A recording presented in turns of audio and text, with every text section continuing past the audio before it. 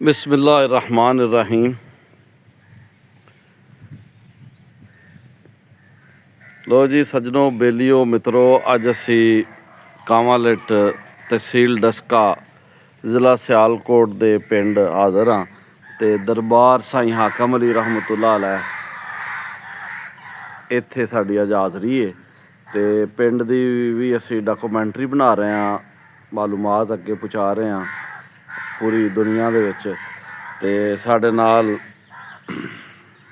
अज दरबार दे सज्जादा नशीन खादम हुसैन वरिया साहब मौजूद ने, जिहड़े पिंड दे नंबरदार भी ने ते दरबार दे सज्जादा नशीन भी ने और हाफज भी ने कलाम दे, यानी कि आप साईं सरदार रहमतुल्लाह अलैह ते साईं बाबा जी कसूरमंद रहमतुल्लाह अलैह दा कलाम ज़बानी सुनाते हैं और बड़ा फिलबदी। हालांकि आप दी उम्र 95 साल है मगर फिर भी हाफजा माशाअल्लाह कैम दैम।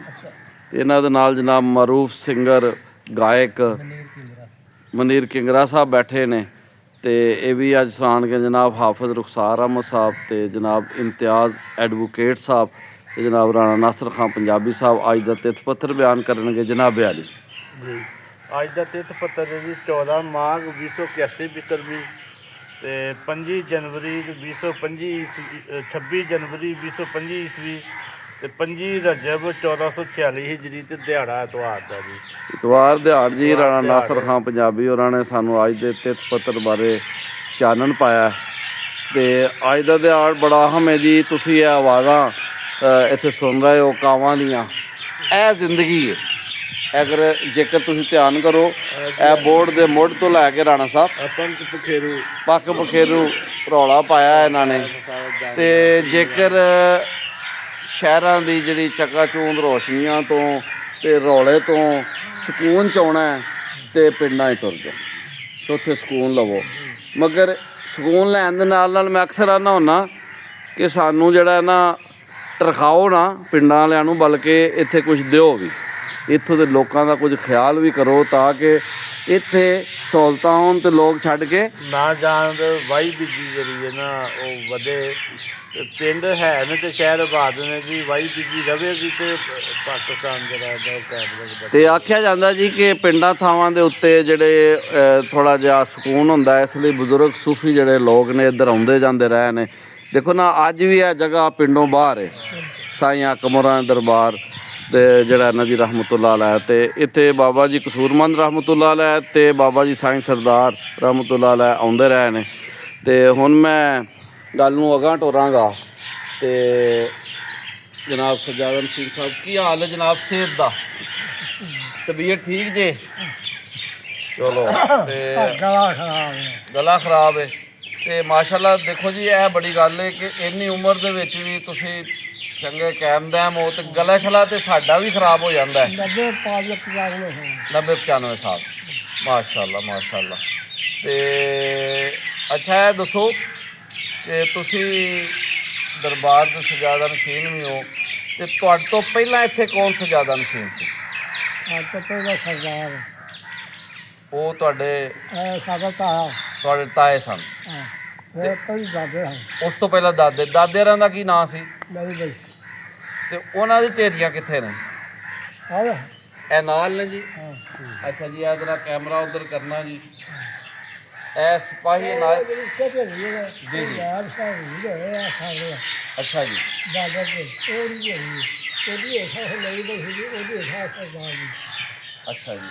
ए वाली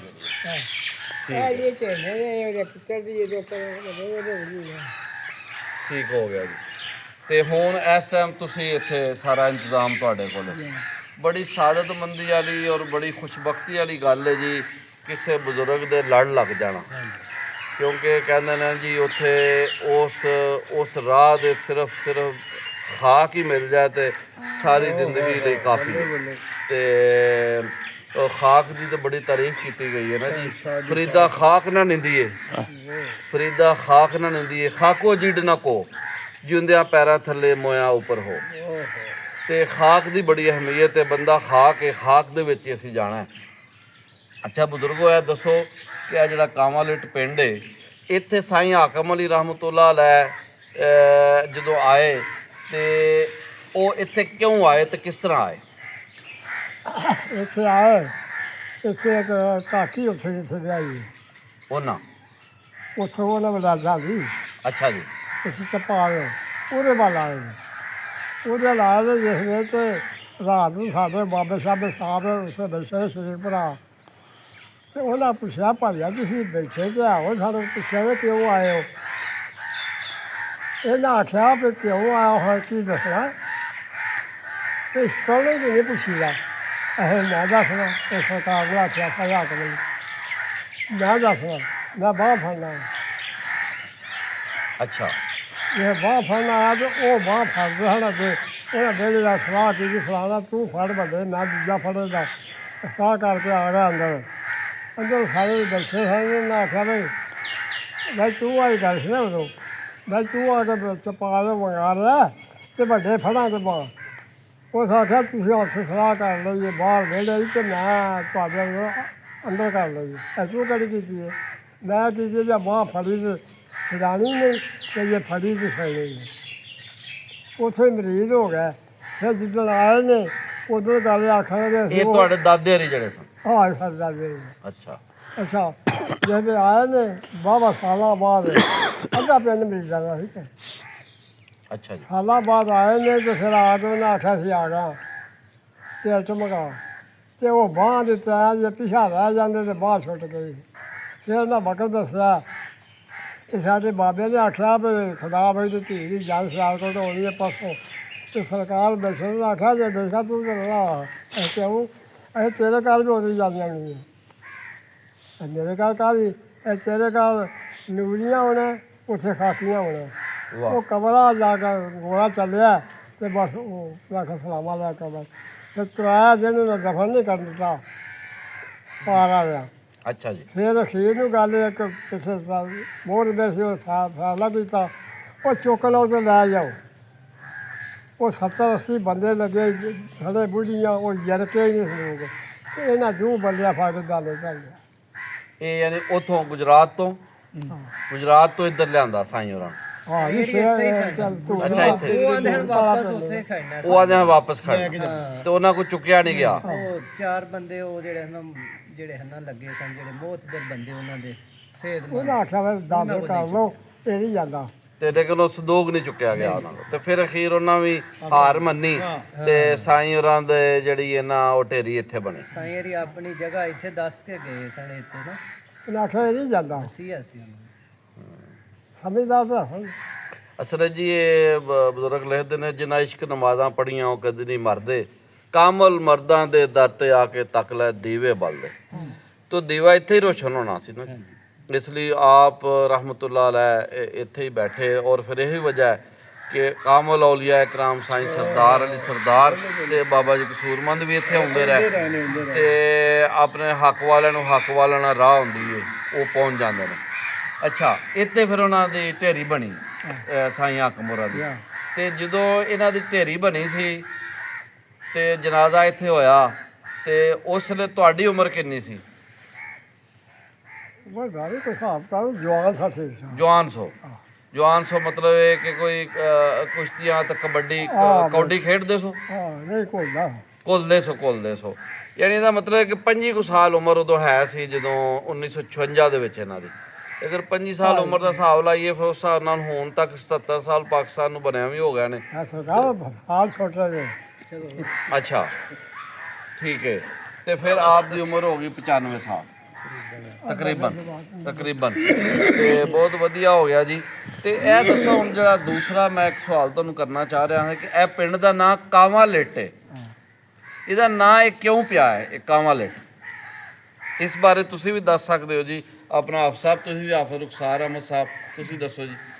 ਇੱਥੇ ਆਇਆ ਸੀ ਬਾਬਾ ਕਾਵਾ, ਰਾਤ ਦਾ ਕਾਵਾ ਸੀ ਉਹ।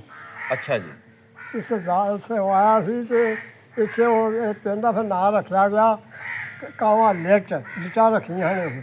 ਅੱਛਾ ਯਾਨੀ ਇਹ ਉਹ ਪਿੰਡ ਹੈ ਜਿਹਦੇ ਵਸਫ ਦੇ ਅੰਦਰ ਹੀ ਸੂਫੀਆਨਾ ਰੰਗ ਹੈ, ਨਾ ਹੀ ਸੂਫੀਆਨਾ ਹੈ ਕਿ ਸਾਈਂ ਕਾਵਾਂ ਵਾਲੇ ਇੱਥੇ ਆਏ ਤੇ ਲਿਟਾਂ ਰੱਖੀਆਂ ਸਨ ਤੇ ਕਾਵਾਂ ਲਿਟ ਨਾ ਹੀ ਉੱਥੋਂ ਪੈ ਗਿਆ। ਆਪ ਸਾਹਿਬ ਤੁਹਾਡੇ ਕੋਲ ਵੀ ਇਹੀ ਤਾਰੀਖ ਹੈ? ਜੀ ਬਿਲਕੁਲ ਇਸ ਤਰ੍ਹਾਂ ਗੱਲ ਹੈ ਜਨਾਬ। ਇਹ ਮੈਂ ਆਪ ਸਾਹਿਬ ਨਾਲ ਵੈਸੇ ਗੱਲ ਕਰ ਰਿਹਾ ਜੀ ਆਪ ਸਾਹਿਬ ਕਾਂਵਲੇਟ ਜੀਵ ਇਸ ਤਰ੍ਹਾਂ ਵੇ ਕਿ ਬੜਾ ਬਿਹਤਰੀਨ ਇੱਕ ਪਿੰਡ ਹੈ ਤੇ ਇਹ ਲਾ ਲਓ ਕਿ ਇਹਦੀ ਜਿਹੜੀ ਆਬਾਦੀ ਹੈ ਨਾ 5,000 ਮੇਰੇ ਖਿਆਲ ਇਹਦੀ ਆਬਾਦੀ ਹੈ ਤੇ 2,000 ਵੋਟ ਵੀ ਇਹਦਾ ਹੈ ਵੇ ਤੇ ਬੜੇ ਅੱਛੇ ਲੋਕ ਨੇ ਇੱਥੇ ਮਾਸ਼ਾਅੱਲਾ।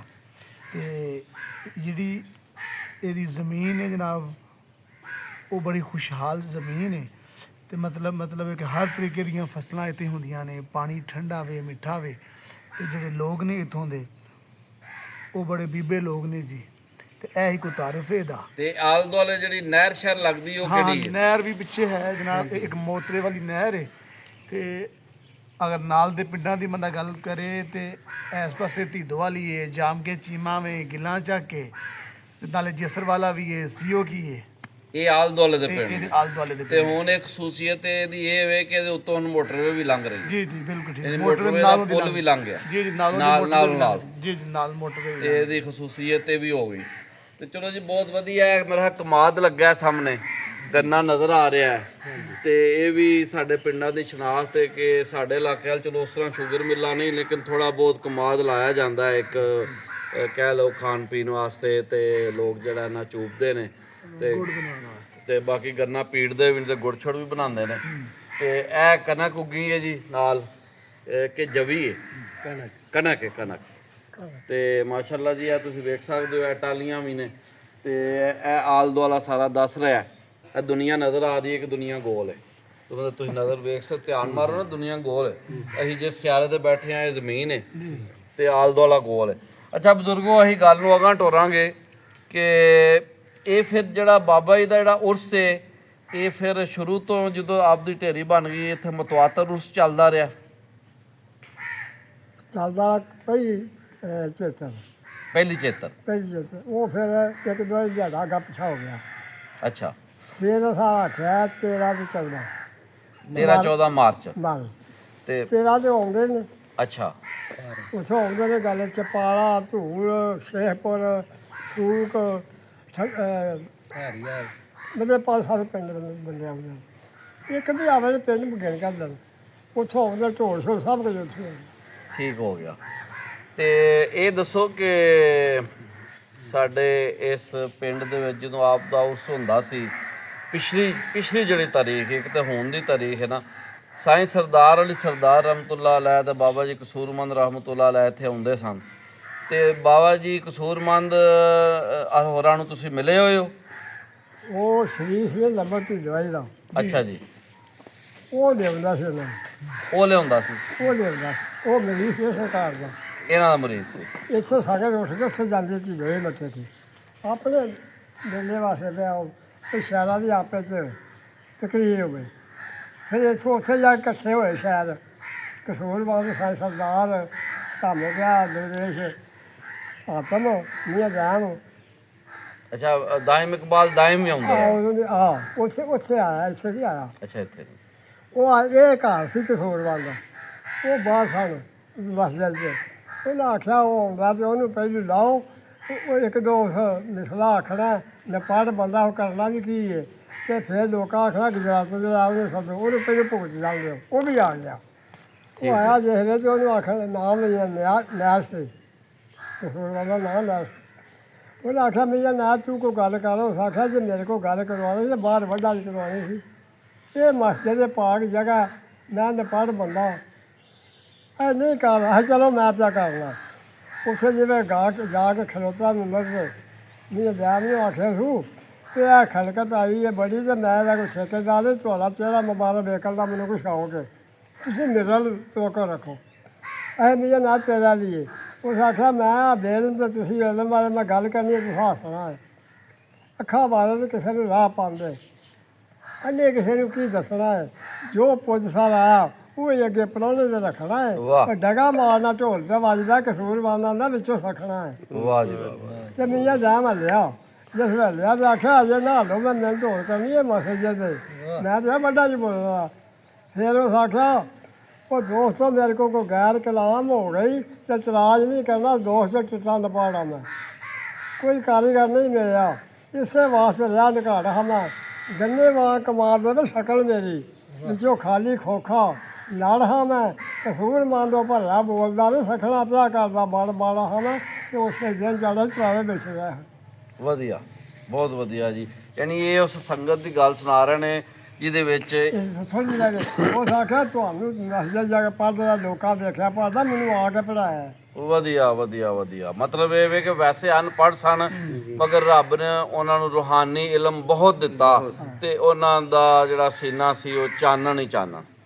ਤੇ ਉਹ ਦੱਸ ਰਹੇ ਨੇ ਕਿ ਬਾਬਾ ਜੀ ਕਸੂਰਮੰਦ ਰਹਿਮਤੁल्लाह ਅਲੈਹ ਤੇ ਬਾਬਾ ਜੀ ਸਾਈਂ ਸਰਦਾਰ ਰਹਿਮਤੁल्लाह ਅਲੈਹ ਤੇ ਬਾਬਾ ਜੀ ਦਾਇਮ ਇਕਬਾਲ ਦਾਇਮ ਰਹਿਮਤੁल्लाह ਅਲੈਹ ਜਿਨ੍ਹਾਂ ਦੇ ਪਿੰਡ ਵਾਸੂ ਤੇ ਮੰਡੀ ਬਹਾਉਦੀਨ ਜਿਨ੍ਹਾਂ ਕਿਹਾ ਕਿ ਖਿੜੀਆਂ ਨੇ ਗੁਲਜ਼ਾਰਾਂ ਮੁਸਲਿਮ ਲੀਗ ਦੀਆਂ, ਵੇਖੋ ਪਾਕ ਕਤਾਰਾਂ ਮੁਸਲਿਮ ਲੀਗ ਦੀਆਂ, ਯੂਨਾਨਿਸਟ ਅਹਰਾਰੀ ਟੋਲਾ ਦਾਇਮ ਵੇਖ ਅਫਰੰਗੀਆਂ ਦਾ ਟੋਲਾ, ਅਫਰੰਗੀਆਂ ਦਾ ਗੋਲਾ, ਯਾਨੀ ਕਿ ਅਫਰੰਗੀਆਂ ਦੇ ਸਾਰੇ ਗੁਲਾਮ ਨੇ। ਤੇ ਹੁਰੀਅਤ ਪਸੰਦ ਸੂਫੀ ਸ਼ਾਇਰ ਦਾਇਮ ਇਕਬਾਲ ਦਾਇਮ ਰਹਿਮਤੁल्लाह ਅਲੈਹ ਤੇ ਇਹਨਾਂ ਬਜ਼ੁਰਗਾਂ ਨੇ ਜਿਹੜਾ ਚਾਨਣ ਫੈਲਾਇਆ ਤੇ ਅੱਜ ਅਸੀਂ ਆਜ਼ਾਦ ਮੁਲਕ 'ਚ ਬੈਠੇ ਹਾਂ। ਤੇ ਪਾਕਿਸਤਾਨ ਬਣਦਿਆਂ ਤੁਸੀਂ ਵੇਖਿਆ ਸਾਰਾ ਜਦੋਂ ਪਾਕਿਸਤਾਨ ਬਣਿਆ ਉਹਦਾ ਤਾਂ ਕੁਝ ਯਾਦ ਜੇ ਹਿਜਰਤਾਂ ਮੈਂ ਵਾਵਾ ਸਗਾ ਲੈ ਅੱਛਾ ਪਰ ਉਹਨਾਂ ਨਾਮ ਵੀ ਨਾ ਆਉਂਦੇ ਨੇ। ਤੇ ਇਹ ਜਿਹੜਾ ਪਿੰਡ ਸੀ ਇੱਥੇ ਸਿੱਖ ਹਿੰਦੂ ਵੀ ਹੁੰਦੇ ਸਨ? ਇੱਥੇ ਲੱਗੇ ਤੇ 2-3 ਘਰ ਖੱਤਰੀਆਂ ਦੇ ਸਨ ਜਿਹੜੇ ਖੱਤਰੀਆਂ ਦੇ ਸਨ ਤੇ ਜਦੋਂ ਪਾਕਿਸਤਾਨ ਬਣਿਆ ਫਿਰ ਇੱਥੋਂ ਤੁਰ ਗਿਆ? ਇਹ ਦਰਿਆ ਹੈ ਉਹ ਦਰਿਆ ਹੈ ਉਹ ਹਿੰਦੂ ਸਨ। ਅੱਛਾ ਇਹ ਚੌਧਰੀ ਖੁਸ਼ਹਾਲ ਹੁੰਦਾ ਸੀ। ਠੀਕ ਹੈ। ਮੈਂ ਕਿਹਾ ਉਹ ਪਾਕਿਸਤਾਨ ਜਦੋਂ ਬਣਿਆ ਫਿਰ ਟੁਰ ਗਿਆ ਸਾਨੂੰ, ਇੱਥੋਂ ਹਿਜਰਤ ਕਰ ਗਿਆ ਇੰਡੀਆ ਟੁਰ ਗਿਆ ਵਾਪਸ ਚੜ੍ਹਦੇ ਪੰਜਾਬ। ਠੀਕ ਹੈ। ਤੇ ਸਲੂਕ ਆਪਸ ਵਿੱਚ ਚੰਗਾ ਸੀ ਨਾ, ਵਧੀਆ ਸਲੂਕ ਸੀ ਨਾ ਆਪਸ ਵਿੱਚ? ਲੋ ਜੀ ਬਜ਼ੁਰਗ ਦੱਸ ਰਹੇ ਨੇ ਕਿ ਮੁਸਲਮਾਨਾਂ ਦਾ, ਹਿੰਦੂਆਂ ਦਾ, ਸਿੱਖਾਂ ਦਾ ਆਪਸ ਵਿੱਚ ਬੜਾ, ਖੱਤਰੀਆਂ ਦੇ ਘਰ ਦਾ ਦੱਸਦੇ ਨੇ ਬੜਾ ਚੰਗਾ ਸਲੂਕ ਸੀ। ਤੇ ਲੋ ਜੀ ਆਪਣਾ ਸਾਡੇ ਨਾਲ ਮੌਜੂਦ ਨੇ ਆਪਣਾ ਬੜੇ ਅੱਛੇ ਗਾਇਕ ਜੀ ਚੌਧਰੀ ਖੁਸ਼ਹਾਲ ਮਨੀਰ ਸਾਹਿਬ ਮੇਰਾ ਨਾਮ ਲੈਣ ਦਿਓ ਨਾ ਕਿਸ਼ਾਰ ਸਿੰਘ ਲਾਲਾ ਮਨੀਰ ਸਾਹਿਬ ਮੌਜੂਦ ਨੇ ਤੇ ਜਿਹੜੇ ਇਸ ਉਰਸ ਦੇ ਉੱਤੇ ਵੀ ਆਪਣਾ ਕਲਾਮ ਸੁਣਾਉਂਦੇ ਨੇ। ਅੱਛਾ ਜੀ ਲਾਲਾ ਜੀ ਕੀ ਹਾਲ ਹੈ? ਖੈਰ ਜੀ ਅੱਲਾ ਦੀ ਰਹਿਮਤ ਹੈ। ਸਿਹਤ ਵਾਲੇ? ਚਲੋ ਜੀ ਅੱਲਾ ਪਾਕ ਤੁਹਾਨੂੰ ਸੁਖੀ ਰੱਖੇ। ਸਰਕਾਰ ਦੇ ਕਰਮ ਹੈ। ਵਧੀਆ ਵਧੀਆ ਵਧੀਆ, ਬਹੁਤ ਵਧੀਆ ਜੀ। ਇਹ ਉਹ ਫੈਜ਼ ਦੇ ਤਾਂ ਹੀ ਤੇ ਬੈਠੇ ਆ ਨਾ ਜੀ ਤਾਂ ਹੀ ਇੱਥੇ। ਬੈਠੇ। ਤੇ ਇਹ ਦੱਸੋ ਕਿ ਤੁਸੀਂ ਕਿੰਨੇ ਚਿਰਾਂ ਤੋਂ ਗਾ ਰਹੇ ਹੋ ਸੂਫੀਆਨਾ ਕਲਾਮ? ਬਚਪਨ ਤੋਂ ਹੀ। ਬਚਪਨ ਤੋਂ? ਆਪਣੀ ਉਮਰ ਕੋਈ 70 ਤੋਂ ਉੱਤੇ ਹੀ ਹੋਏਗੀ? ਥੱਲੇ ਹੀ ਹੋਣੀ। ਅੱਛਾ ਥੱਲੇ ਹੋਏਗੀ। ਤੇ ਜਿਹੜਾ ਗਾਣਾ ਤੁਸੀਂ ਸ਼ੁਰੂ ਕੀਤਾ ਸੀ ਇਹ ਮੇਲਿਆਂ ਤੋਂ ਸ਼ੁਰੂ ਕੀਤਾ ਹੈ? ਠੀਕ। ਤੇ ਕਿੱਥੇ ਕਿੱਥੇ ਗਏ ਹੋ? ਇੱਥੇ ਕਾਂਵਾਲਿਟ ਤੋਂ ਅੱਡ ਹੋਰ ਕਿਹੜੇ ਥਾਵਾਂ ਤੇ ਗਏ ਹੋ ਤੁਸੀਂ? ਕਾਂਵਾਲਿਟ ਤੋਂ ਅੱਡ ਸੀ ਪੂਰਾ ਪੰਜਾਬ ਫਿਰੇ ਆ। ਅੱਛਾ ਪੂਰਾ ਪੰਜਾਬ। ਠੀਕ ਹੈ। ਕਾਂਵਾਲੇ ਗਏ, ਪੀਰ ਸਾਹਿਬ ਗਏ, ਨੌਸ਼ੋ ਗਏ, ਗੁਜਰਾਤ? ਗੁਜਰਾਤ ਦਾਤਾ ਸਾਹਿਬ ਗਏ, ਡੇਰਾ ਨਵਾਬ ਮਲਤਾਨ ਸ਼ਰੀਫ ਗਏ, ਡੇਰੇ ਨਵਾਬ ਸਿੱਧਾ ਬੜੀ ਦੂਰ ਸਿੱਧਾ ਗਏ ਆ।